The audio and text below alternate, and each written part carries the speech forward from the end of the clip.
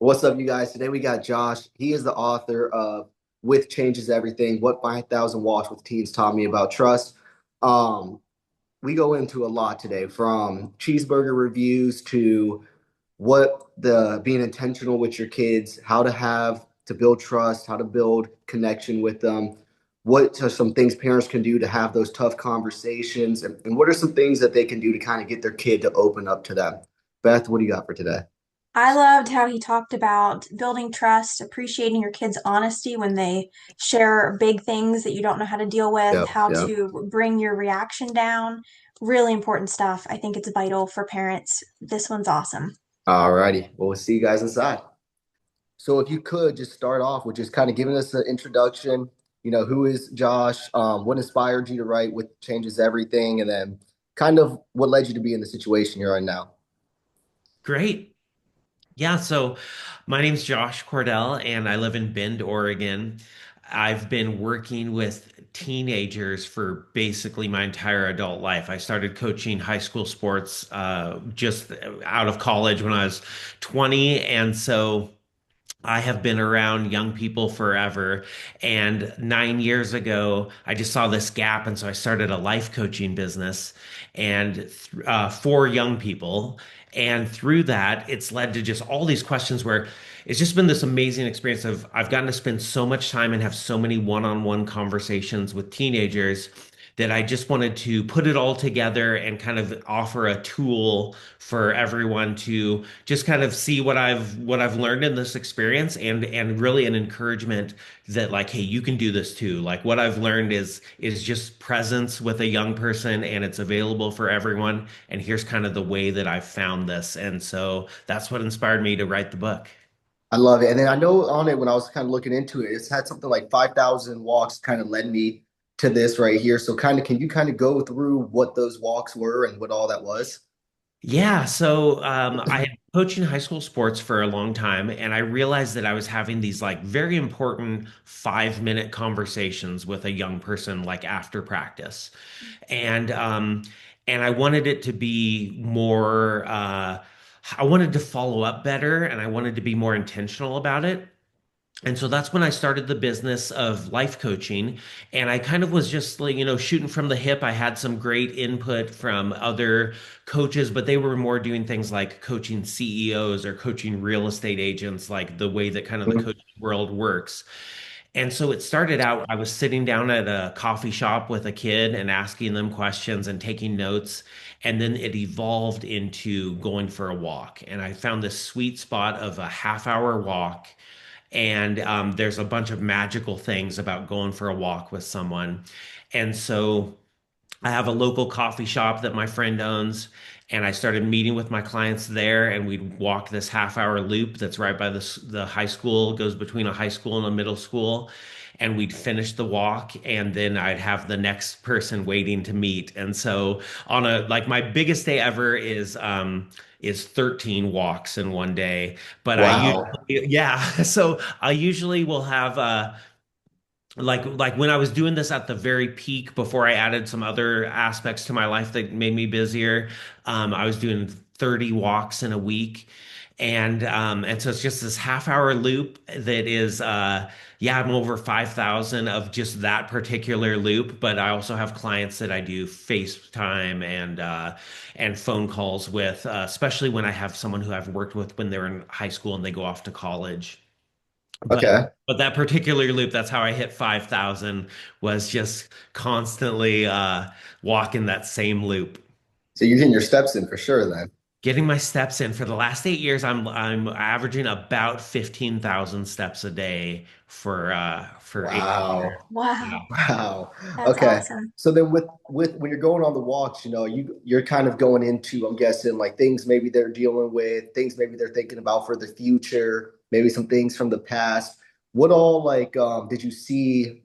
Because we talk to homeschooling families here. So what were like some common themes that the kids were going through that you were kind of helping them work through? And then also what were some themes that maybe problems they saw ahead in their life that they were trying to like get some knowledge and guidance on? Yeah, that's a perfect question. It's so interesting. So people ask if I'm like a counselor or a therapist, and I say I'm not a counselor or a therapist. And this is just kind of my working definition of it, because a lot of my clients will have a therapist if they've gone through something really difficult. And what I say is that like a lot of counseling and therapy is kind of looking backwards a little bit and fixing and like understanding things that have happened. And my coaching is very like looking forward. Okay. And so you nailed it. We're talking about like what's next? What do you want? What are kind of the obstacles and hurdles in front of you, and what's the plan to overcome those?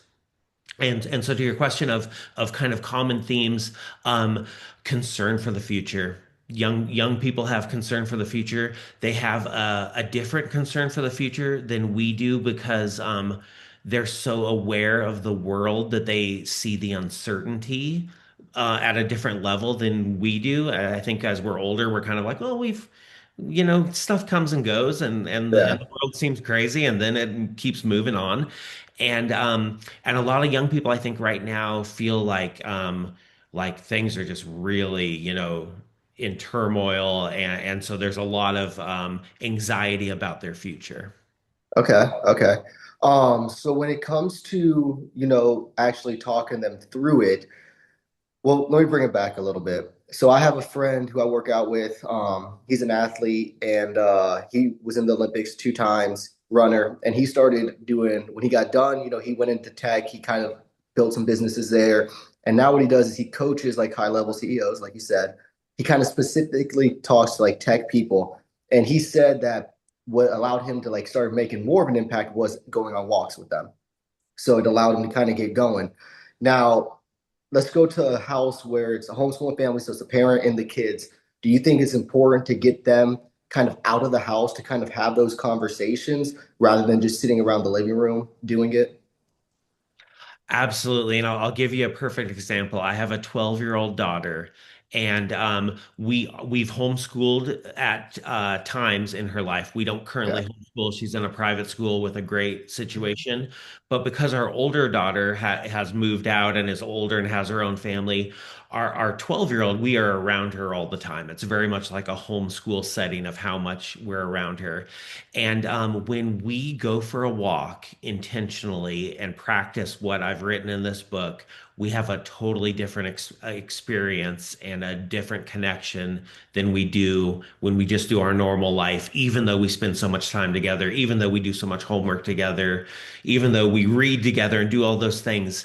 Um, there's some tools of just being side by side with someone and not having to look each other in the eyes unless you really want to, and also having your body moving at the same time. And then one of the secret sauces that I'll give away from the book is having a destination in mind that allows your young person in your life to share some things, but know they don't have to talk about it for 3 hours if they don't want to. Like this kind of trick that I give parents is tell your kid, hey, let's go for a walk to the mailbox or wherever you pick it. You figure out like it's going to be like 15 minutes, half hour.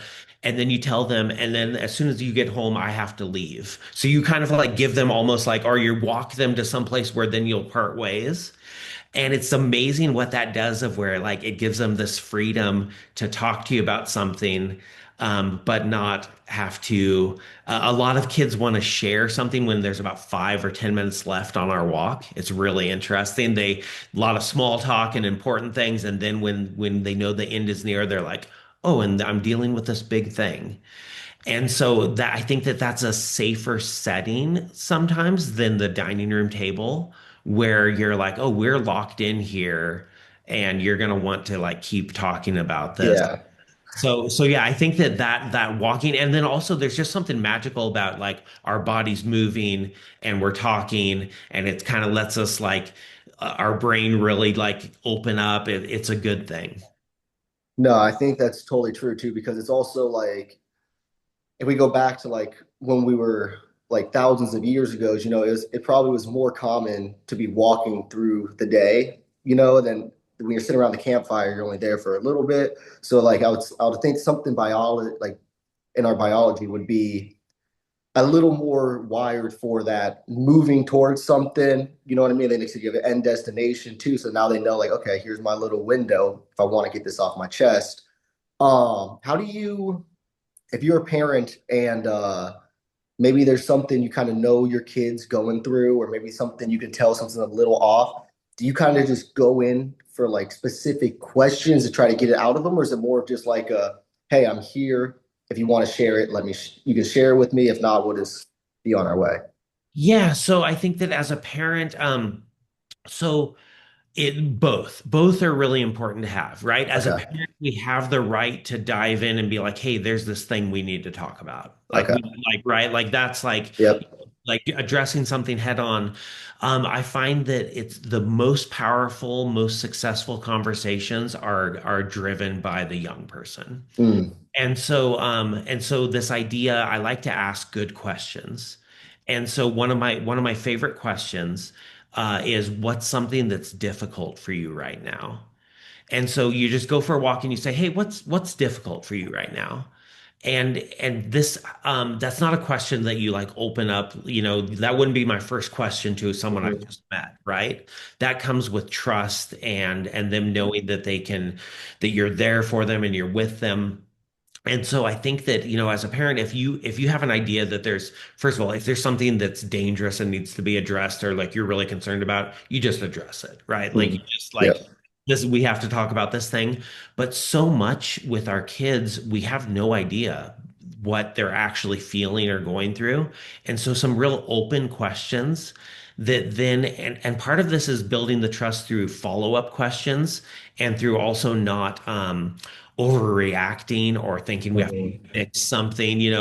I tell the story of my older daughter back when she was 15, and that was my breakthrough age for her, of where before that thought I had to fix anything she brought up. And then when she hit about 15, I started saying, "Oh, thanks for sharing that with me. Can you tell me more about that?" Or what would you, or giving her the power and saying, "What would you like me to do with this? Do you want advice, or is this more of a you're sharing it with me kind of thing?" And now she's 24, and we have this great relationship of where she'll call just to tell me something, or she'll call and say, "Dad, what do you think I should do about this?" Mm. And it's this very like kind of long game approach, but it's hard as a parent because you literally just want to be like, "I got you. I'll fix this. We can change." And Yeah. it takes you have to be really intentional. So you think it would be better than kind of making those walks not a problem solving method, more of just an open dialogue that allows you to kind of extend off of maybe later on? Nailed it. Yes. Okay.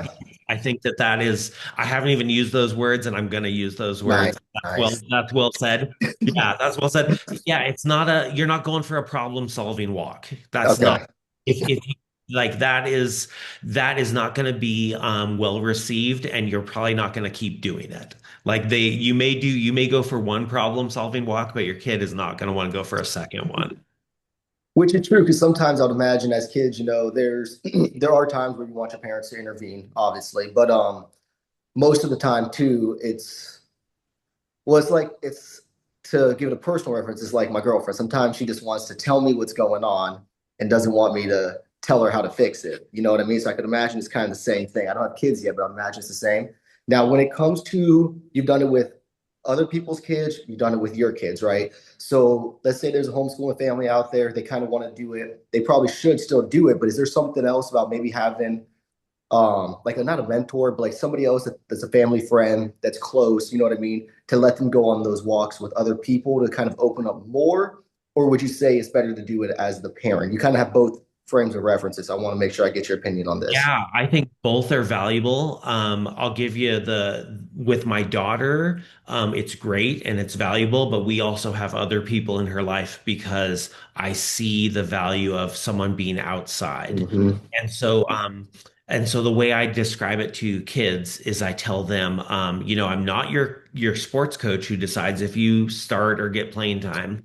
And I'm also not your parent who cares if you make your bed or if you Yep. have done your chores. Like I'm neutral in this, of where like Hmm.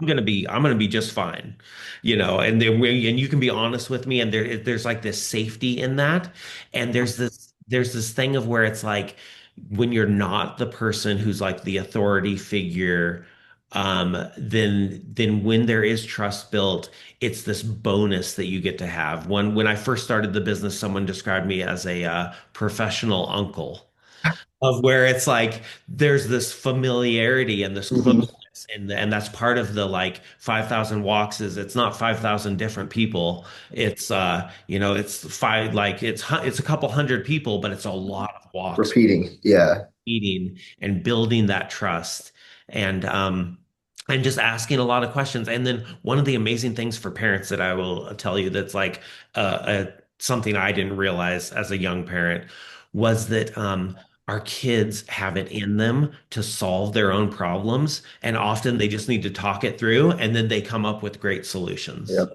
Yep. I love that.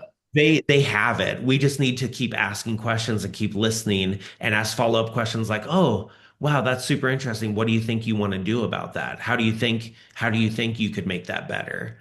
And then they answer the question themselves. And I think that those answers are always more powerful and stick better than when we provide well, here's the solution for you. Without a doubt. And I like that too because I feel like, when especially teenagers are in that weird phase of life, they're trying to kind of figure out who they are, it also gives them the ability to kind of turn into a young adult. Now, obviously, as a parent, if your kid says, "Hey, I'm going to go jump off a 100-foot building with no parachute or something," you're going to say, "No, like you're not going to do that." But it gives them that ability to really transition into a young adult's mind to where not only are they solving their own problems, but they're kind of gaining that confidence and reassurance of like, oh, I can handle this. Like I've been through hard stuff. I've figured it out. You know what I mean? It's giving them that confidence inside rather than just a parent saying, no, do it like this, do it like this, you know?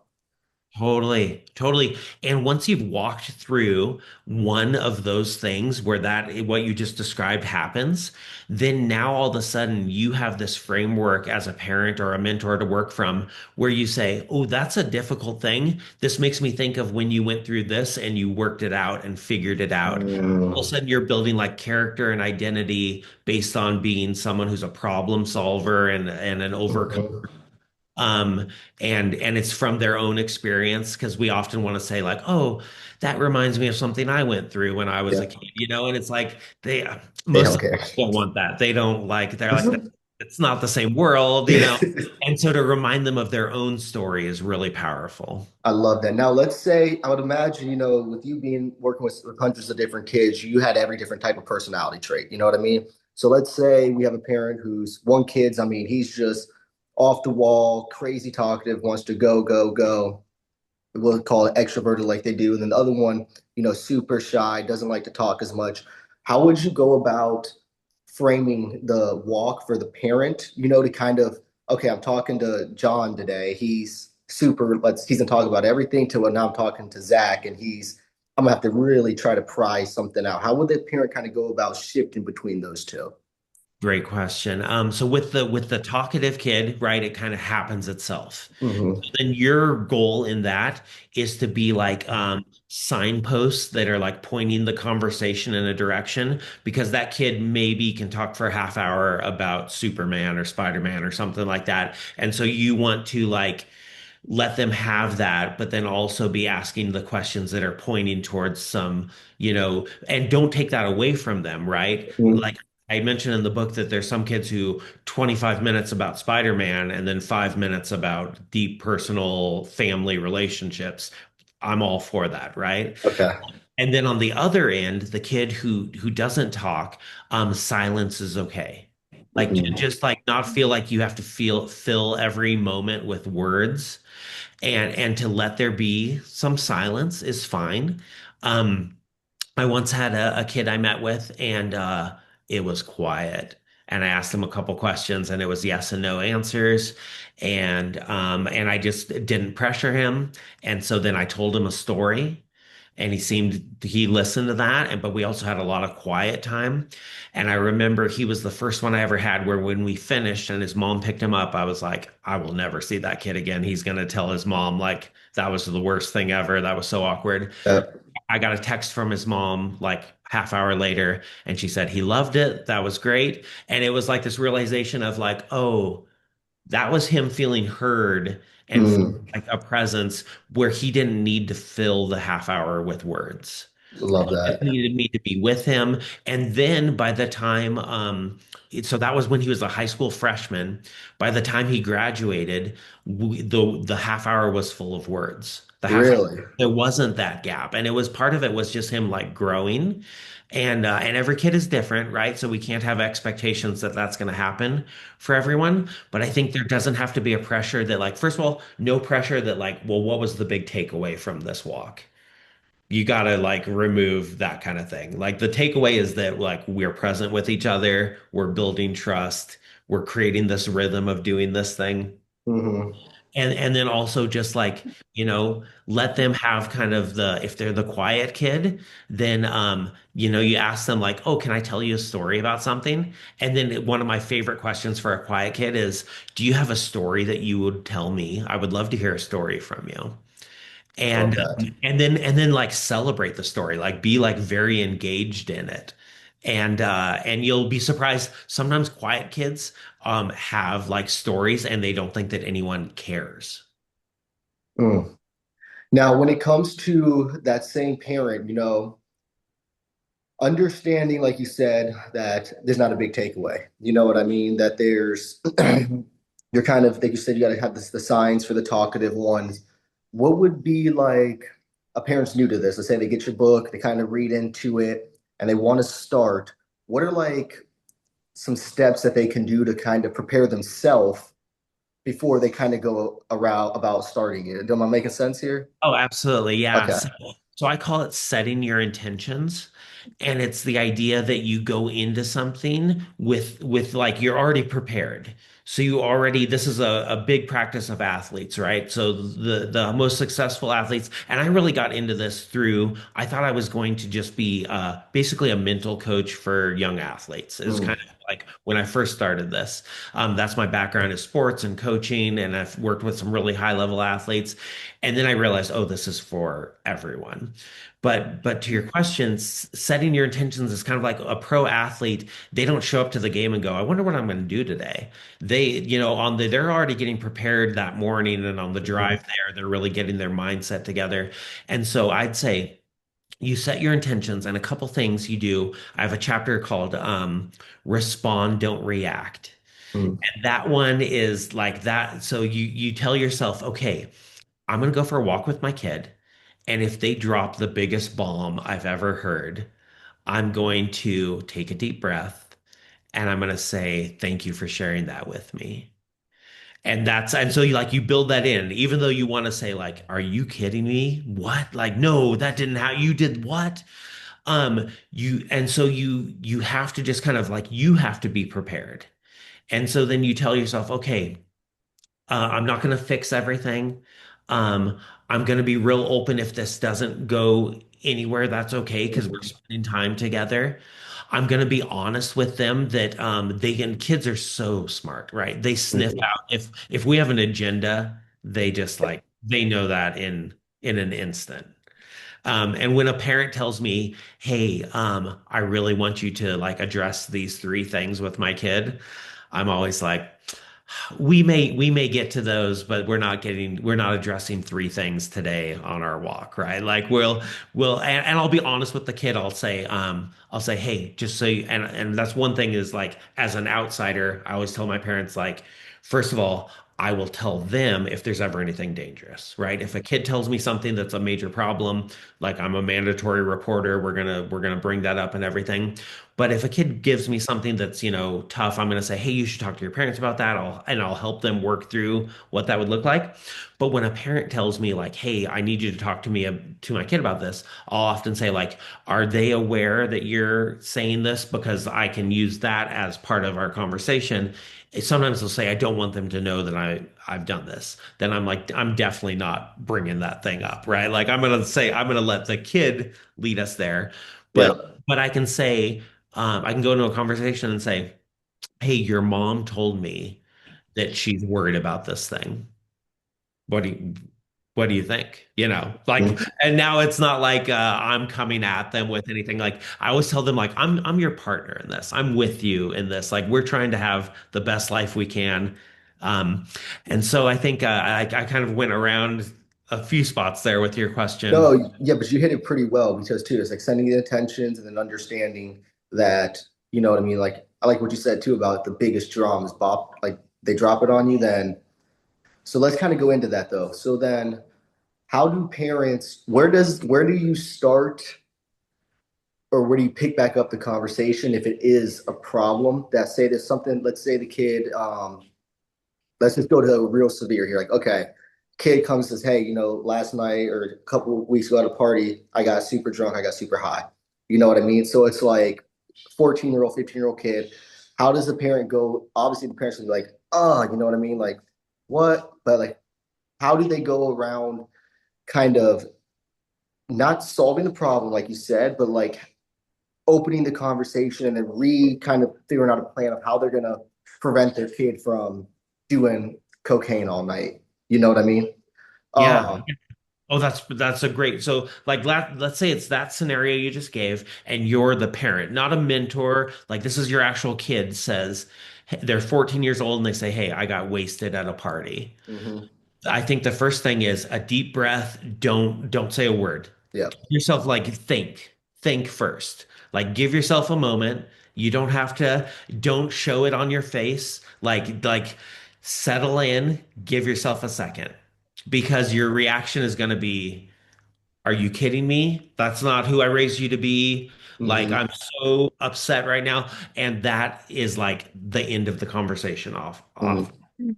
And so they've given you this thing. They've said They trusted you with they it. trusted you with it. And so you say, thank you so much for being honest with me about that.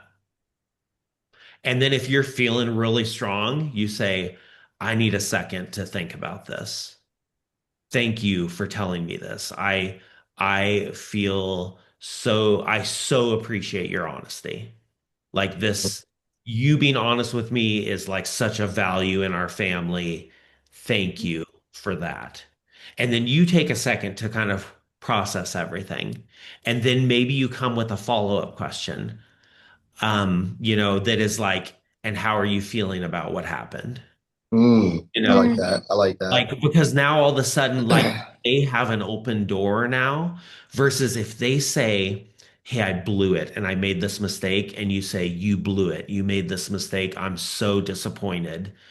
They're probably done. Yeah. And they're not going to share the next thing after They're that. not going to share the next thing, and they're not going to, and then they maybe just miss the opportunity to say, I feel really guilty about this and I don't want to do it. But my three closest friends and the girl who I think I'm in love with are Hmm. all doing this, and I don't know how to not do this, and I don't want to be Yeah. excluded. I don't want to miss out. Or they say, I have been numb towards life for the last year and thought about killing myself, and this was like an attempt to feel better. Like those are things that may be the next thing out of their mouth Hmm. if you allow them to keep talking.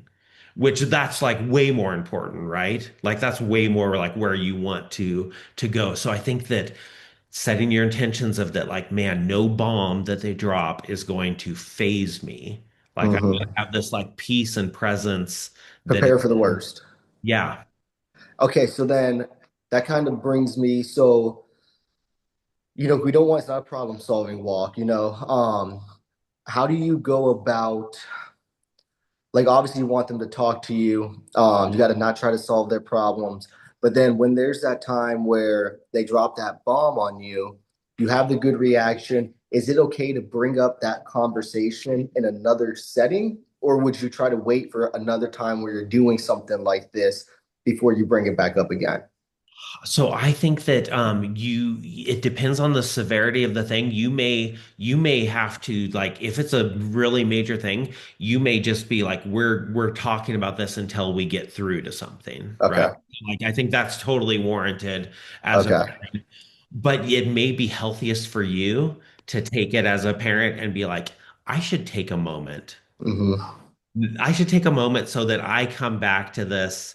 I kind of circle the wagons and I come to this with like the right attitude so that It's not saying that you're ever like downplaying what happened. You tell them like this is a very serious thing. Hmm. Maybe you need a moment to like, okay, I want to like win this situation in the sense of like, I would say, I want to redeem this situation. I want the Hmm. situation to like have a great outcome, which may, involve punishment and all of that stuff, of Hmm. course, but to not like have a knee-jerk reaction.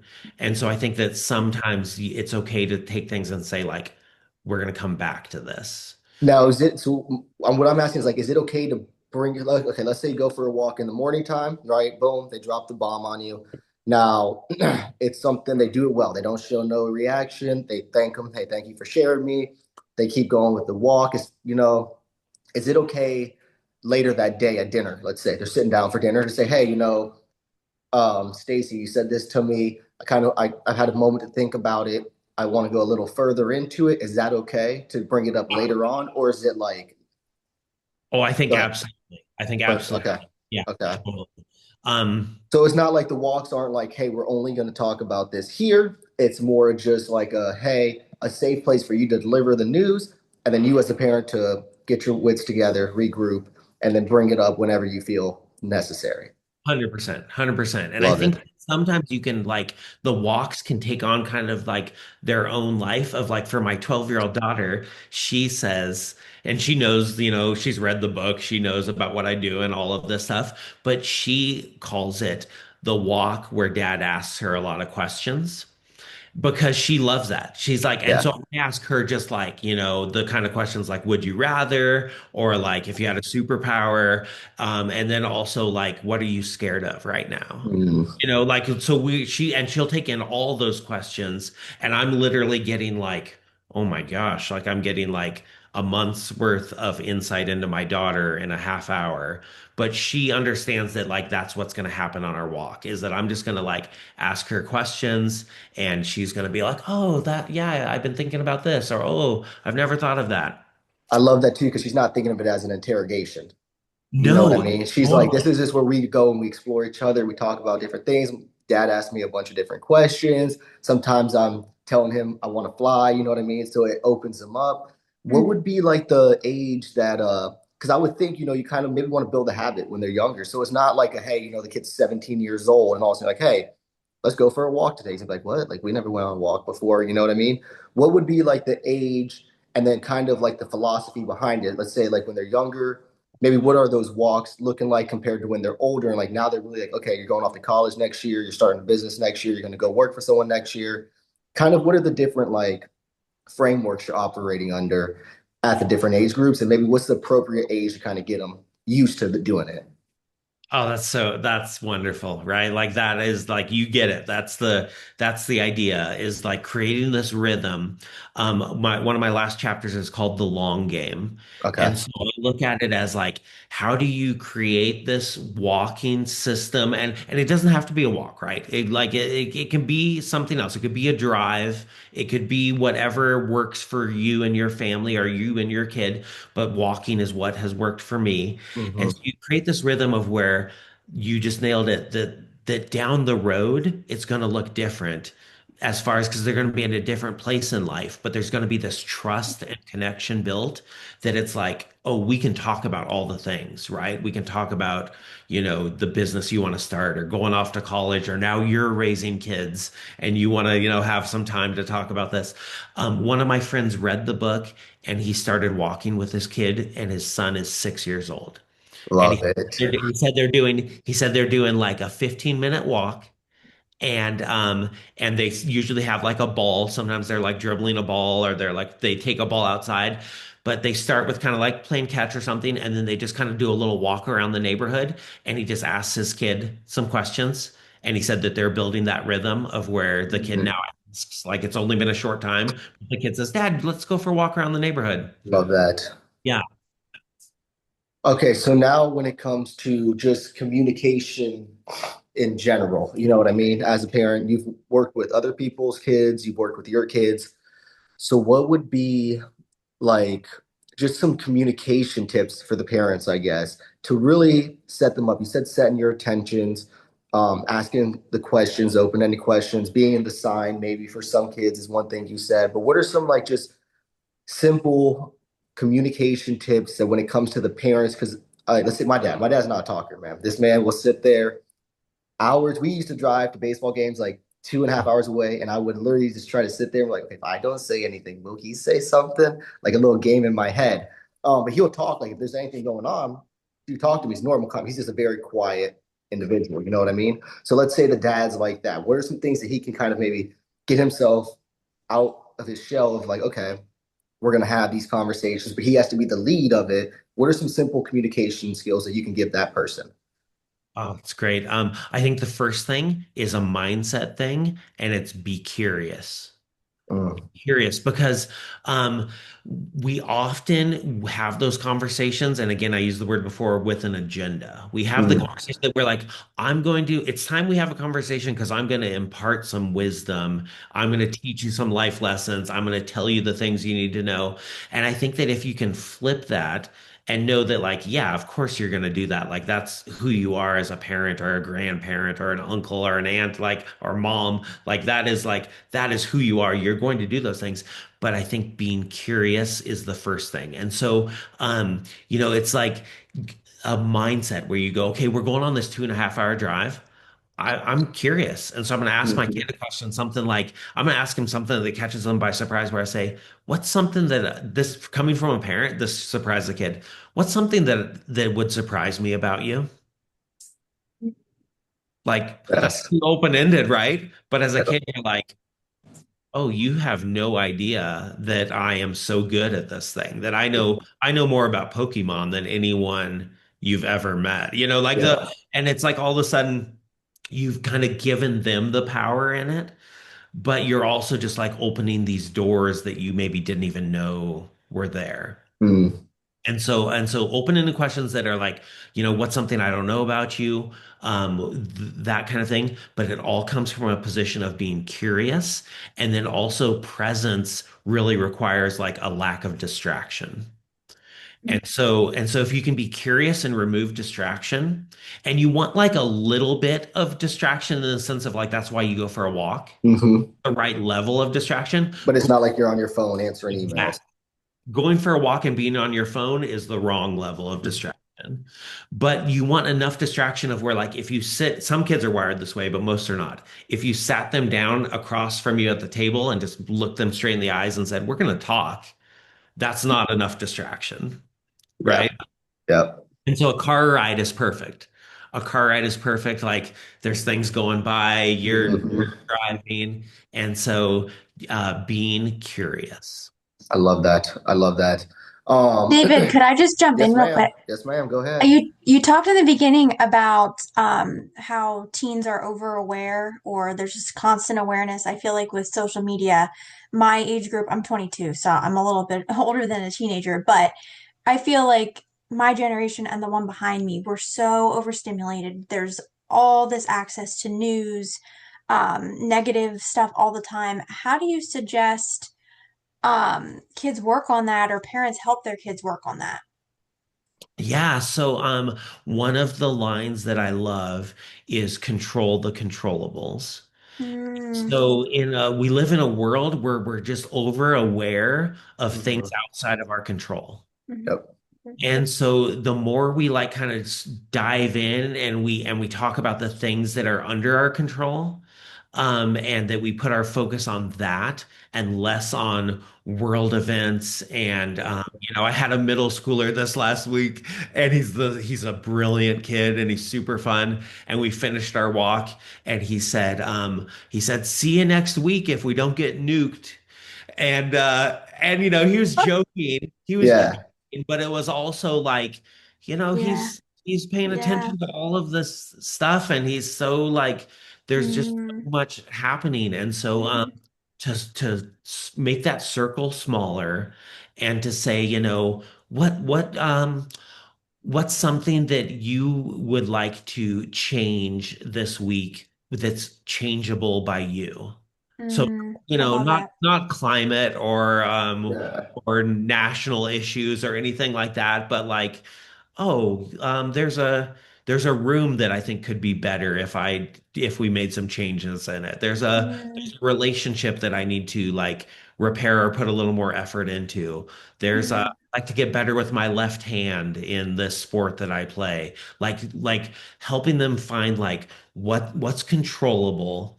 Because we do like feel your age and younger feels mm. like there's no control, right? The Mhm. world Sure. is Yeah, for out sure. of control and it's Hmm. overwhelming and Hmm. it builds anxiety and fear. Yeah. Yeah, that's great. Thank you. That's very hopeful and encouraging. Oh, good. Okay, David, take it away. I Okay. love it. All right. So we're kind of winding down here. I do want to talk about something just that I saw on your page, the cheeseburger reviews. I'm glad you asked. I What watch those. They're awesome. what Thank started you. it? What's going on with that? You gotta dig deep into that for me. Okay, so this is a real fun moment. Over 3 years ago, I'm walking so much that I'm kind of like eating, just like when I want and what I want, Hmm. and eating out a lot because my walks are I've started this business and it's going well, but it also means that I'm just staying pretty busy. And I realized I was eating too many hamburgers. And my wife and I talked about it, and I said, I'm going to cut down to one hamburger a week. And because of that, this is just how my brain works and my personality. I'm like, I'm only doing it on Fridays. I'm going to, in the week, Nice. celebrate by going out for a burger. And Hmm. so I post a lot on social media. When I realized that social media is like such a powerful tool and it can be used for good or bad. Hmm. And so I decided a long time ago, I'm gonna use it for good. I'm gonna be someone who posts a lot and is positive and just like open and very open with my life. I asked my wife if she was okay with that, and she's like, it's fine. Just, to show me the pictures of me before you post them, but I'm open to whatever you want to do. No thong bikinis when you're biting into the cheeseburger. No, no, especially not for me. Yeah, you don't want that. You don't want that. And so 3 years ago, I started going out for a burger, and the first one I like posted a photo, and I told the world, "Hey, which my world is small. I Hmm. said, hey, I'm gonna go out for a burger every Friday, and I'm gonna go to a different place." And so then I immediately got a message, "You got to go to this place," or "Have you been to this place?" or "Will you post a video?" from just kind of like my friend group. Yeah. So then I started posting a video, and then my daughter, who is 12, she got into it and she's gluten free. So it's fun because she'll do like a lettuce wrap or a gluten free bun. And then she edits our videos. So she loves Nice. to do Oh, that. that's And so, great. so it became this thing of where we were like, oh, let's try to go to different places. If we find one we love, we'll go back again. But we haven't missed a Friday in over 3 years. And it's Wow. on a life of its own of where now I hear from burger places out of town. Like I live in Oregon, and places will reach out and like, hey, if you're ever in our town, will you come have a burger here? Oh, And great. my daughter, a lot of people call her Burger Girl, and it's so fun. We'll be walking around town, and someone will just yell out of their car, "Hey, Burger Girl!" And she'll be That's like, so "Do great. you know that person?" I'm like, "Nope, seen them before." And so it's just been such a fun thing. It's like, That's so cool. No, like you said too, it's something positive for social media too. Mm, And then also I'd imagine now too, your daughter's building like it's something that you guys are doing together, you know what I mean? It's something she looks back on. And also something like, oh, remember we went to this cheeseburger place, we went to this burger place and got this. That's awesome. All right, so we kind of made it to the end here. What I want to do now is if you could give me like your Instagram for the parents that are watching this, and as well, I know we have the link for the books. I'm going to make sure we share that as well. But if there's anywhere else other than Amazon, that's the one we have. If you could let us know where we can find it, and we'll make sure we include everything for you. Perfect. Thank you so much. So yeah, you can find me at Josh Cordell. So that's on Facebook and on Instagram are the two main places that I post things. And if you just look up Josh Cordell, that's me. And then joshcordell.com Mhm. has links to when I'm speaking and things like that. Right now it's the book is available on Amazon. It'll be in bookstores later this month, but Okay, nice. Amazon is the place to get it. And the ebook is available now.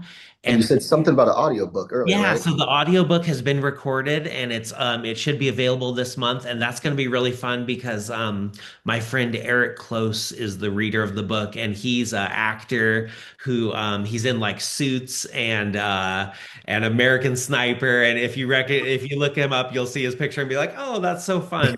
And so it's really cool having him read it so you don't have to listen to me. And so that will be coming out later this month. I love it. I love it. Hey, man, thank you so much for popping on with us. Thank you. Yes. I think you shared a lot of valuable information and something that I don't think most parents would think of on their own. You know what I mean? I think it's something that so simple, anyone can do it. You're not coming, you know what I mean? And it's also something that has, I personally think, could have a really lasting impact on the relationship between parents and kids. So thank you so much for coming on, man. Yes. We loved Thank you very much. Thank it. you so much for having me. I really appreciate it. Yes, sir.